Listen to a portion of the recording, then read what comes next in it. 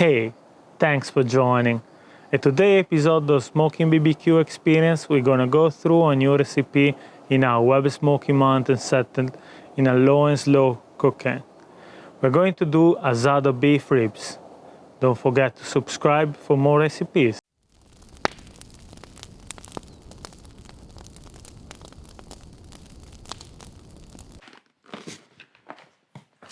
Here is the Asado.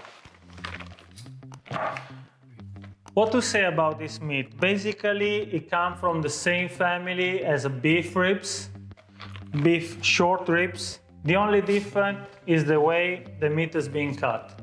As you can see, this meat is more on a triangular shape, while if we would have beef short ribs, this would be more squarish. Here we have 5 bones. We're gonna cut 2 of them out, not because they're gonna not taste good. We're gonna save it for another recipe. We're gonna do it the English cut, so a single piece of meat for 1 bone. And out of it, we're going to use the big piece of meat that is connected to this one. So as you can see, the last part, the last 2 ribs, they have a little bit less meat on it. So as we want to have the beefy flavor out of this recipe, we're going to remove them. Let's proceed with the cut. One thing that we want to make sure before cutting is that we're going to leave the silver skin on our beef ribs.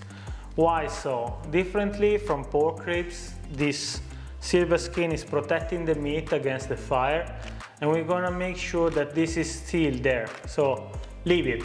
Trust me. So now we're gonna start with the cut. So as we said, we're gonna separate 2 beef ribs from the big plate.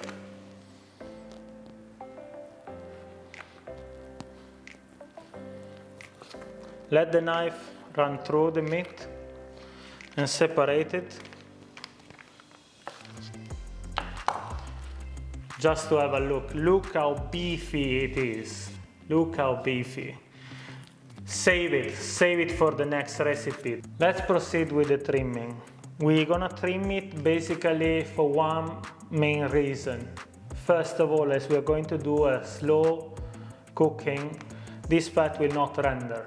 Differently from the fat running through the muscle, the fat outside will not render, and it will not make the flavor of our run going through the meat, especially this big piece of fat here, because it's basically hard as a bone.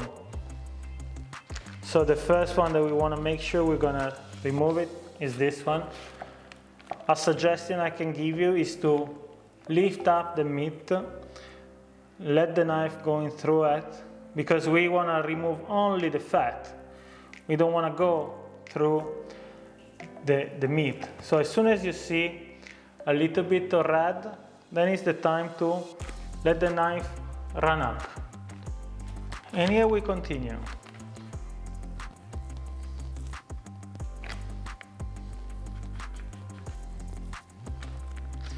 You see, this cartilage is surely something you don't want to chew it. I will keep on trimming for you and give you the final result after.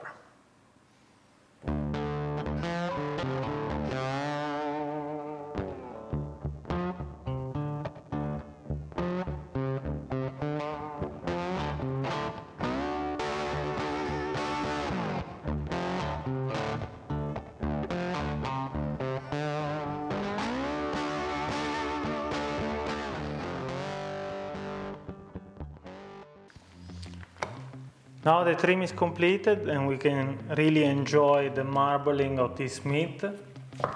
What we're going to do now is to prepare the rub.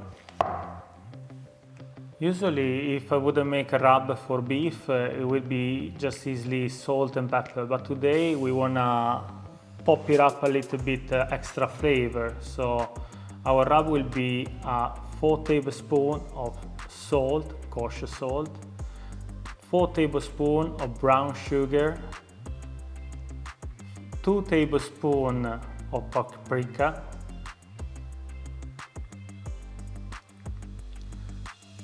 2 tablespoons of chili pepper, then 2 tablespoons of garlic powder.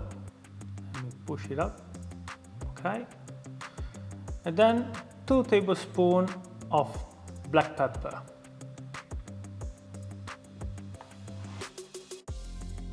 Let's mix it up with our fingers in order to get a unique color from our rub.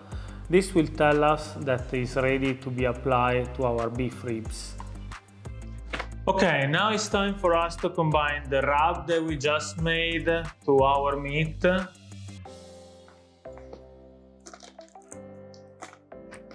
So just simply sprinkle it. Be generous. Don't be worried, we should cover the full meat so that we're gonna obtain a very nice bark.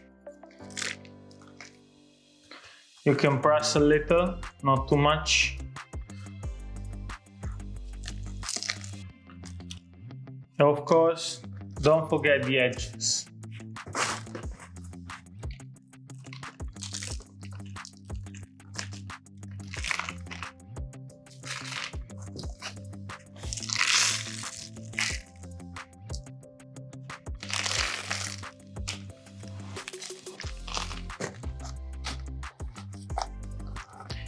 Differently from pork ribs, we are not going to do the bottom part. As we said, there is the membrane underneath, and you cannot set any bark underneath, or you cannot get any rub going through. So now that we set the bark, that we set our rub on top of the meat, we're going to prepare our fire pit, our smoker. 6 o'clock in the morning, it started to rain, therefore we moved more closer to the house under our loyal umbrella. And we're going to prepare our Weber Smokey Mountain for this cook. And what we're going to do is starting from the charcoals. So I'm using Weber briquettes. And what I'm gonna do, basically, I'm going to prepare our chimney. It's a little bit of amount of charcoal. Then I'm gonna fill the basket.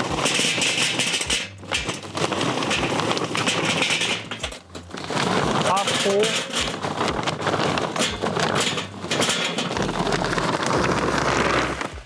Half full is the right amount, and we're gonna light it up with vegetable fire starter.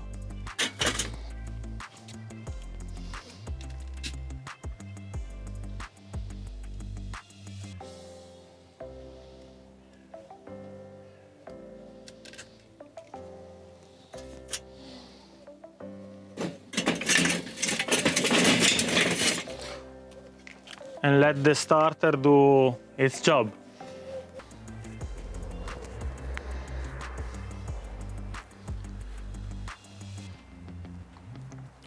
Now the fire is started up, it's time to pour our warm charcoal on top of the other one. I suggest you to use gloves for this spot.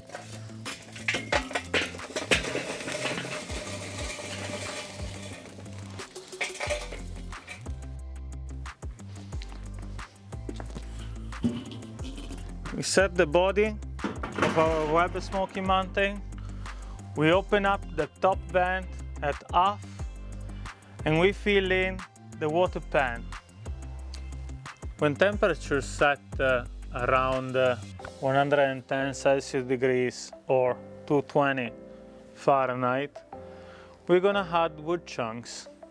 Today wood chunks is hickory wood chunks from Weber, and I like to place it around or nearby the bottom vents.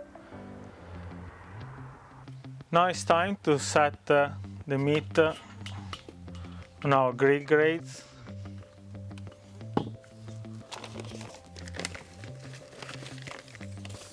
So we set the Asado just in the middle. Now I decided to go through a comparison. So I prepare another piece of Asado to test with.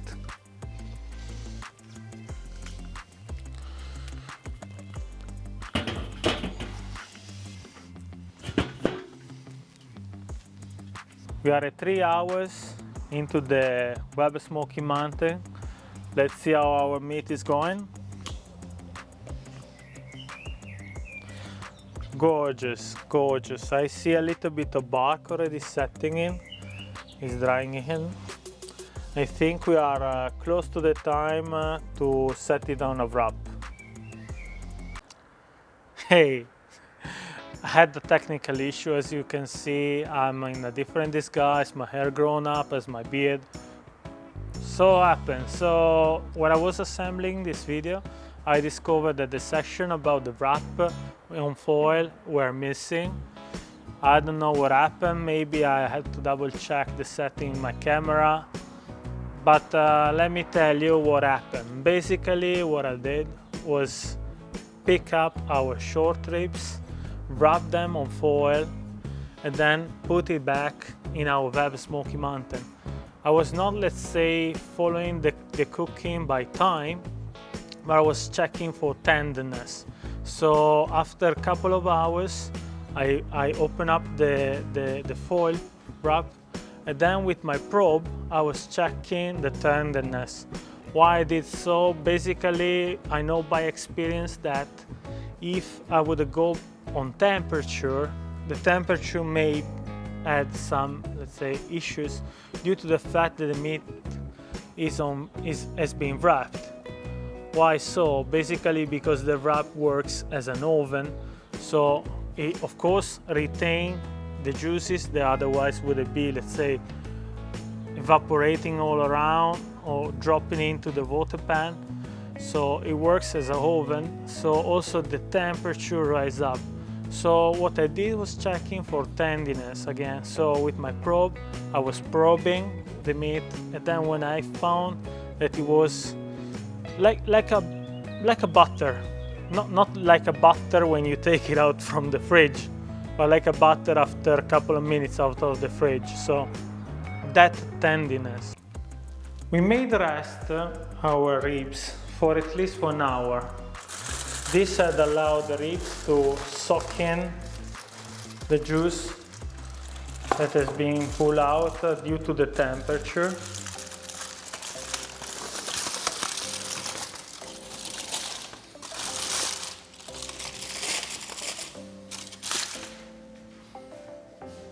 Let's cut through it.